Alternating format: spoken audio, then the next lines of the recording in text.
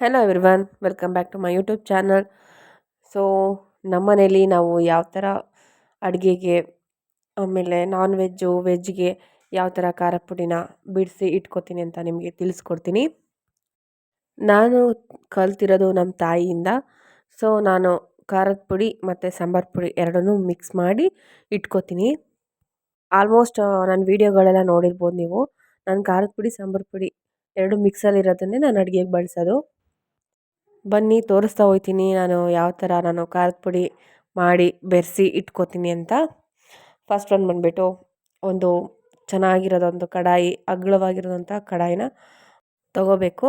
ಅದು ಕಡಾಯಿ ಚೆನ್ನಾಗಿ ಕಾಯಬೇಕು. ಚೆನ್ನಾಗಿ ಬಿಸಿ ಆದಮೇಲೆ ಒಂದು 2 ಬೌಲಷ್ಟು ನಾನು 2 ಕೆ ಜಿ ಬ್ಯಾಡಗೆ ಮೆಣಸಿನ್ಕಾಯಿ, ಇನ್ನು ಅರ್ಧ ಕೆ ಜಿಯಷ್ಟು ಮಾಮೂಲಿ ಖಾರದ ಮೆಣಸಿನ್ಕಾಯಿ ತೊಗೋತೀನಿ.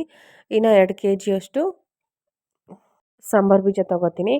ಇನ್ನು ಸ್ವಲ್ಪನೇ ಹಾಕ್ಕೊಂಡು ಚೆನ್ನಾಗಿ ಫ್ರೈ ಮಾಡಬೇಕು. ಅದು ಚೆನ್ನಾಗಿ ಕೆಂಪಗಾಗಂಗೆ ಸ್ವಲ್ಪ ಚೆನ್ನಾಗಿ ಫ್ರೈ ಮಾಡಬೇಕು. ಇಲ್ಲಾಂದರೆ ಚೆನ್ನಾಗಿ ಫ್ರೈ ಮಾಡಲಿಲ್ಲ ಅಂದರೆ ಬೇಗ ಕೆಟ್ಟೋಗುತ್ತೆ. ಖಾರದ ಪುಡಿ ಬೇಗ ಕೆಟ್ಟೋಗುತ್ತೆ. ಒಂದು 6 ಮಂತ್ಸ್ 7 ಮಂತ್ಸ್ವರೆಗೂ ಚೆನ್ನಾಗಿರುತ್ತೆ. ಏನಿಲ್ಲ 1 ಇಯರ್ವರೆಗೂ ಚೆನ್ನಾಗಿರುತ್ತೆ. ನಾವು ಹೆಂಗೆ ಫ್ರೈ ಮಾಡಿ ಚೆನ್ನಾಗಿ ಇಟ್ಕೋತೀವಿ ಅನ್ನೋದ್ರ ಮೇಲೆ ಡಿಪೆಂಡ್ ಆಗುತ್ತೆ. ಸೊ ನಾನು ಮೊದಲೇ ಖಾರದ ಪುಡಿ ಮಾಡಿಸಿಟ್ಟು ಒಂದು 6 ತಿಂಗಳಾಗಿತ್ತು. ಸೊ ಅದ್ರ ಸ್ವಲ್ಪ ಮಿಶ್ರಣ ಉಳಿದಿತ್ತು. ಅದನ್ನೆಲ್ಲ ಒಂದು ಕವರಿಗೆ ಕಟ್ಬಿಟ್ಟು ನಾನು ಹಂಗೆ ಇಟ್ಟಿದ್ದೆ. ಈ ಮಸಾಲ ಪದಾರ್ಥಗಳನ್ನ ಸೇರಿಸಿದ್ರೇ ಚೆನ್ನಾಗದು. ಸೊ ಯಾರೆಲ್ಲ ನಮ್ಮ ಚಾನಲ್ನ ನೋಡ್ತಿದ್ದೀರಾ ದಯವಿಟ್ಟು ಸಬ್ಸ್ಕ್ರೈಬ್ ಮಾಡಿ. ವಿಡಿಯೋ ಇಷ್ಟ ಆದರೆ ಲೈಕ್ ಮಾಡಿ, ಶೇರ್ ಮಾಡಿ. ಇನ್ನು ಏನೇನು ಪದಾರ್ಥ ಅಂತ ಹೇಳ್ತೀನಿ. ನಮ್ಮ ತಾಯಿ ಹೇಗೆ ಕಲಿಸ್ಕೊಟ್ಟಿದ್ರೋ ನಾನು ಅದೇ ಥರ ನಾನು ಮಾಡ್ತಿರೋದು. ಇನ್ನು ನಮ್ಮ ಟೇಸ್ಟ್ಗೂ ನಮ್ಮ ತಾಯಿ ಟೇಸ್ಟ್ಗೂ ಸ್ವಲ್ಪ ಬಿಡುತ್ತೆ. ನಮ್ಮ ತಾಯಿ ಇನ್ನೂ ಚೆನ್ನಾಗಿ ಮಾಡ್ತಾರೆ. ಇನ್ನು ಇದಕ್ಕೆ ಏನೇನು ಪದಾರ್ಥ ಸೇರಿಸಿದ್ದೀನಿ ಅಂತ ಹೇಳ್ತೀನಿ.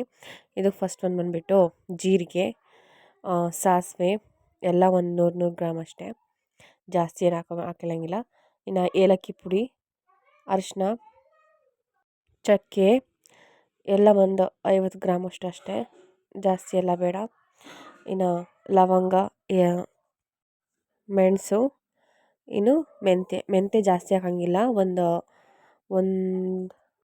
100 ಗ್ರಾಮ್ಸ್ ಹಾಕಿ ಸಾಕು, ಜಾಸ್ತಿ ಹಾಕಬೇಡಿ. ಮೆಂತ್ಯ ಜಾಸ್ತಿ ಇದ್ದಷ್ಟು ಸಾಂಬಾರು ಕಹಿ ಆಗುತ್ತೆ. ಆಲ್ಮೋಸ್ಟ್ ಮೆಂತ್ಯನ ಸ್ವಲ್ಪ ಕಡಿಮೆ ಮಾಡಿ. ಇನ್ನು ಚಕ್ಕೆ, ಮೊಗ್ಗು ಅವೆಲ್ಲ ಹಾಕಿದ್ರೆ ಸ್ವಲ್ಪ ಟೇಸ್ಟ್ ಎಲ್ಲ ಇರುತ್ತೆ. ಸೊ ಇದನ್ನೆಲ್ಲ ಒಟ್ಟಿಗೆ ಮಿಕ್ಸ್ ಮಾಡಿಕೊಂಡು ಚೆನ್ನಾಗಿ ಒಂದು ಫ್ಲೇವರ್ ಬರೋವರೆಗೂ ಚೆನ್ನಾಗಿ ಸ್ವಲ್ಪ ಹುರ್ಕೋಬೇಕು. ಇದರಲ್ಲಿ ಮ್ಯಾಜಿಕ್ ಏನಪ್ಪ ಅಂತ ಅಂದರೆ ಹೇಳ್ತೀನಿ ಅದು ಲಾಸ್ಟಿಗೆ ಮ್ಯಾಜಿಕ್ ಏನು ಅಂತ. ಸೊ ಇದನ್ನೆಲ್ಲ ಚೆನ್ನಾಗಿ ಫ್ರೈ ಮಾಡಿ ಒಂದು ಅಗಲವಾಗಿರೋಂತಹ ಬ್ರಷನ್ನು ತಗೊಂಡು ಅದಕ್ಕೆ ಚೆನ್ನಾಗಿ ಮಿಕ್ಸ್ ಮಾಡ್ಕೊಳ್ಳಿ. ಅರಿಶಿನ ಕೊನೆನ ಚೆನ್ನಾಗಿ ಸ್ವಲ್ಪ ಫ್ರೈ ಮಾಡಿಕೊಂಡು ಅದನ್ನು ಚೆನ್ನಾಗಿ ಕುಟ್ಟಿ ಪುಡಿ ಮಾಡ್ಕೊಳ್ಳಿ. ಇಲ್ಲಾಂದರೆ ಅಲ್ಲಿ ಮಿಷಿನಲ್ಲಿ ನುರಿಯೋಕ್ಕಾಗಲ್ಲ. ಓಕೆ, ಇದೊಂದು ಲೆವೆಲಿಗೊಂದು ಫ್ರೈ ಆಯಿತು. ಘಮ ಘಮ ಅಂತ ಸ್ಮೆಲ್ ಬರ್ತಿದೆ. ಸ್ಮೆಲ್ ಬಿಡುತ್ತೆ ಘಮ ಘಮ ಅಂತ. ಇನ್ನು ಅದನ್ನು ಒಂದು ಬ್ರಷನಿಗೆ ಹಾಕ್ಕೊಂಡು ಚೆನ್ನಾಗಿ ಮಿಕ್ಸ್ ಮಾಡ್ಕೋತೀನಿ. ಇನ್ನು ಇಲ್ಲಿ ಕಡಲೆನ ತೊಗೊಂಡಿದ್ದೀನಿ. ಕಡಲೆ ಒಂದು ಅರ್ಧ ಕೆ ಜಿಯಷ್ಟು ತೊಗೊಂಡಿದ್ದೀನಿ. ಅದನ್ನು ಚೆನ್ನಾಗಿ ಫ್ರೈ ಮಾಡಬೇಕು. ಕಡಲೆಕಾಳು ಅಂತ ಕರಿತೀವಿ. ಸೊ ಇದನ್ನು ಸ್ವಲ್ಪ ಚೆನ್ನಾಗಿ ಫ್ರೈ ಮಾಡಿಕೊಂಡು ಸೈಡಿಗೆ ಎತ್ತಿಟ್ಕೊತೀನಿ. ನಾನು ಸ್ವಲ್ಪ ಸೈಡ್ಸಿಗೆ ಊಟಕ್ಕೆ ನಂಚ್ಕೊಳ್ಳೋಕ್ಕೆ ಅಂತ ಮುಂಚೆಯಿಂದನೂ ಎತ್ತಿಟ್ಕೊಂಡು ಅಭ್ಯಾಸ. ಸ್ವಲ್ಪನಾದರೂ ಎತ್ತಿಟ್ಕೊತೀನಿ, ತಿನ್ನೋದಕ್ಕೆ ಚೆನ್ನಾಗಿರುತ್ತೆ ಕಟುಮ್ ಅಂತ. ಇನ್ನು ಮನೇಲಿ ತಿಳಿಸಾರಿತ್ತಲ್ಲ, ಸೊ ಅದಕ್ಕೋಸ್ಕರ ಚೆನ್ನಾಗಿರುತ್ತೆ ಸೈಡ್ಸಿಗೆ ಅಂತ. ಇನ್ನು ಅದು ಫ್ರೈ ಮಾಡಾಯಿತು. ಅದನ್ನು ಒಂದು ಬ್ರಷನಿಗೆ ಸುರ್ಕೊತೀನಿ. ಇನ್ನು ಇಲ್ಲಿ ಹೆಸರುಬೇಳೆ, ಇದು ಒಂದು ಅರ್ಧ ಕೆ ಜಿಯಷ್ಟು ತಗೊಂಡಿದ್ದೀನಿ. ಕಾಳುಗಳೆಲ್ಲ ಮಿನಿಮಮ್ ಒಂದು ಅರ್ಧ ಕೆ ಜಿ ಸೇರಿಸಿದ್ವಿ. ಹೆಸರು ಕಾಳು ಅಷ್ಟೇ, ಅದನ್ನು ಚೆನ್ನಾಗಿ ಕೆಂಪಗಾಗಂಗೆ ಫ್ರೈ ಮಾಡಬೇಕು. ಇಲ್ಲ ಅಂತ ಅಂದರೆ ಚೆನ್ನಾಗಲ್ಲ ಸಾಂಬಾರು ಪುಡಿಗೆ ಎಲ್ಲ ಪದಾರ್ಥಗಳು ಇದ್ರೇ ಚೆಂದ.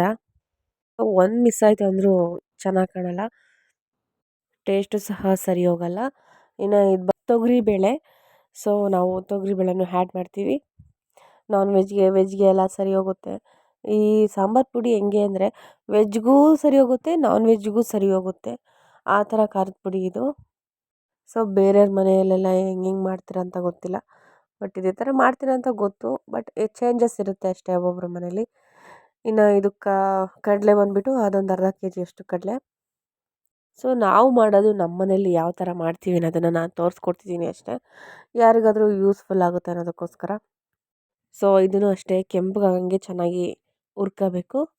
ಅದನ್ನು ಒಂದು ಬ್ರಷಿನಿಗೆ ಹಾಕೋತೀನಿ. ಇನ್ನು ಇಲ್ಲಿ ಒಂದು ಬೌಲಷ್ಟು ಅಕ್ಕಿ ತಗೊಂಡಿದ್ದೀನಿ, ಒಂದು 100 ಗ್ರಾಮಷ್ಟು ಅಕ್ಕಿ ತಗೊಂಡು ಅದನ್ನ ಚೆನ್ನಾಗಿ ಹುರ್ಕೋಬೇಕು. ಸೊ ಅದನ್ನು ಸಪ್ರೇಟಾಗಿ ಹಾಕಿಸ್ಬೇಕು, ಬಟ್ ನಾನು ಒಂದಕ್ಕೆ ಹಾಕಿಸ್ತೀನಿ. ಇದು ಚೆನ್ನಾಗಿರುತ್ತೆ ಅಕ್ಕಿ ಹುರಿದ್ಮೇಲೆ. ಕಡಲೆ, ಅಕ್ಕಿ ಇದೆಲ್ಲ ಚೆನ್ನಾಗಿರುತ್ತೆ. ನಾವು ಚಿಕ್ಕ ವಯಸ್ಸಲ್ಲೆಲ್ಲ ಚೆನ್ನಾಗಿ ತಿಂತಿದ್ವಿ. ಇದು ಹುರಿದಿರೋದೆಲ್ಲ ನಮ್ಮ ತಾಯಿ ಸೈಡಿಗೆ ಎತ್ತಿರ್ತಿದ್ರಲ್ಲ, ಅವಾಗ ತಗೊಂಡೋಗಿ ತಿಂತಿದ್ವಿ. ನೋಡಿ ಈ ಥರ ಹುರಿಬೇಕು. ಇದೆಲ್ಲ ಆಯಿತು, ಕಂಪ್ಲೀಟ್ ಆಯಿತು. ಇನ್ನು ಮ್ಯಾಜಿಕ್ ಅಂತ ಹೇಳಿದ್ನಲ್ಲ, ಮ್ಯಾಜಿಕ್ ಏನಪ್ಪ ಅಂತಂದರೆ ಅದು ಜಾಯಿಕಾಯಿ. ಅದನ್ನು ಚೆನ್ನಾಗಿ ಕುಟ್ಟಿ ಪುಡಿ ಮಾಡ್ಕೊಂಡು ಹಾಕ್ಕೊಂಡ್ರೆ ತುಂಬ ಚೆನ್ನಾಗಿರುತ್ತೆ, ಸ್ಮೆಲ್ಲು ಚೆನ್ನಾಗಿರುತ್ತೆ.